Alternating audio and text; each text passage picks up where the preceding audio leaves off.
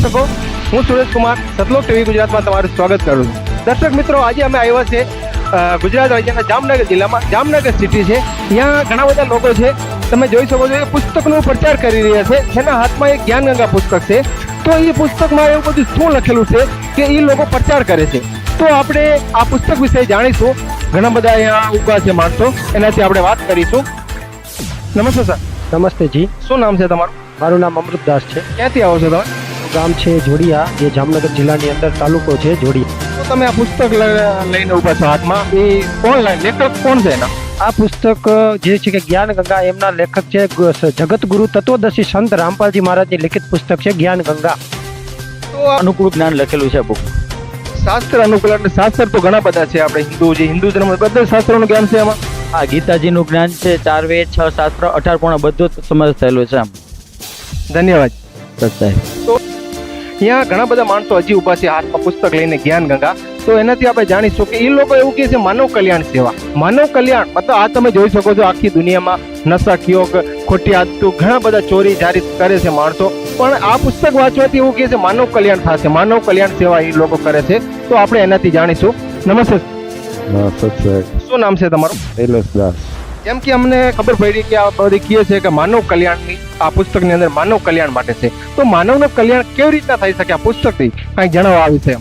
આમાં છે 4 વેદ અને સૂક્ષ્મ વેદનું તત્વજ્ઞાન છે. અમારા સદગુરુ જગતગુરુ રામપાલજી મહારાજે આ લખેલું છે. આ પુસ્તકનું મુખ્ય ઉદ્દેશ્ય છે ને મોક્ષ ગતિ માટે. કે અન્ય ઘણા બધા ધર્મગુરુઓએ, કથાકારોએ જે જ્ઞાન આપ્યું, પણ જેનાથી કોઈ માનવનું કલ્યાણ થયું નથી આજથી લગી.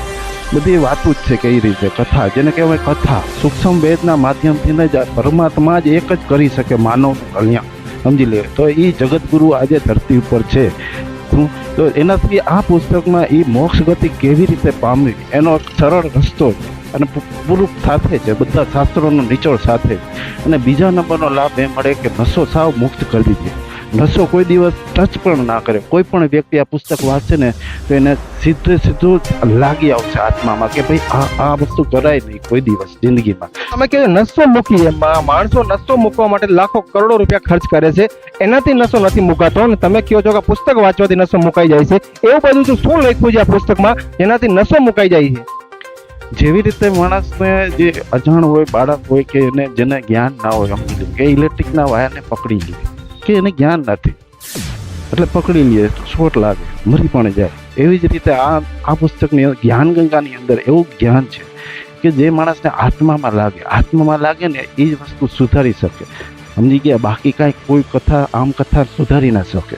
તો એ જ્ઞાન વાંચે અને જાણે એટલે જે સીધો ઓલો કરંટ લાગે ને એવો એને કરંટ ઝાટકો લાગે કે ભાઈ આ વસ્તુ ન કરાય, માંસાહાર ના કરાય, નશામાં થઈ જવાય, કોઈ દુરાચાર ના કરાય, ભ્રષ્ટાચાર ના કરાય.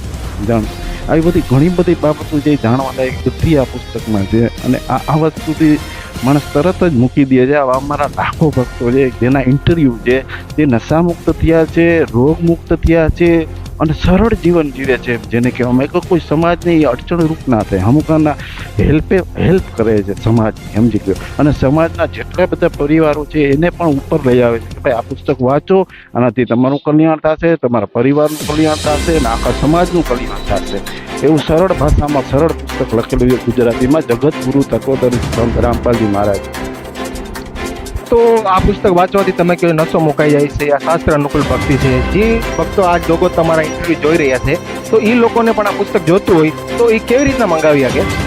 પુસ્તક જોતું હોય તો સત્સંગ આવે છે સાધના ચેનલ ઉપર 7:30 થી 8:30 સાંજે, અને બપોરે આવે છે 2 થી 3, સવારે આવે છે નેપાલ ચેનલ આવે છે, એમાં 6 થી 7 આવે છે. તો એની નીચે પીળી પટ્ટીમાં સત્સંગનો સમય લખેલો છે. પુસ્તક કેવી રીતે મંગાવવું એનો પણ સમય લખેલો છે અને નંબર પણ ફ્લેશ કરેલો છે બધા. તો તમે SMS ના માધ્યમથી નહીં મંગાવી શકો. જી ધન્યવાદ. તો અહીંયા ઘણા બધા જે ભાઈઓ ઊભા છે, બહેનો પણ ઊભી છે, તમે અહીંયા જોઈ શકો છો.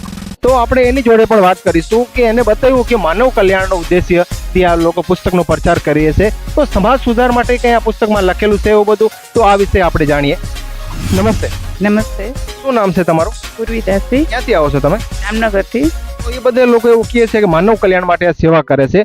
તો મતલબ આ પુસ્તકમાં સમાજ સુધાર માટે કંઈ લખેલું છે આ પુસ્તકમાં? હાજી સર, આ પુસ્તકની અંદર દહેજ મુક્ત, વ્યસન મુક્ત, કુરીતિ રિવાજો બધા છે સરળ રીતે લખેલું છે. આ પુસ્તકની અંદર પરમાત્માએ નિચોડ જ્ઞાન પણ આપેલું છે. તમે કહો છો દહેજ મુક્ત, મતલબ દહેજ મુક્ત આ પુસ્તક વાંચવાથી દહેજ મુક્ત માણસો મતલબ કેવી રીતના થઈ શકે? આ વિશે કંઈ વ્યવસ્થિત જણાવો અમને. હા, અમારા પરમાત્માએ એવી રીતે લખેલું છે કે દહેજ લેવો નહીં અને દેવોય નહીં. અત્યારે બેટી એક માથે ભાર બોજારૂપ લાગે છે, પણ આ પુસ્તકમાં સરળ રીતે એવું લખ્યું છે કે બેટી આપણા માટે બોજ નથી અને દહેજ લેવો નહીં અને દેવો નહીં, એવી રીતે આમાં જ્ઞાન લખેલું છે. જી ધન્યવાદ. સત્ય सतलोक टीवी गुजरात फेसबुक पेज को लाइक और फॉलो करना न भूलें। अधिक जानकारी के लिए आज ही डाउनलोड कीजिए संत रामपाल जी महाराज एंड्रॉयड ऐप।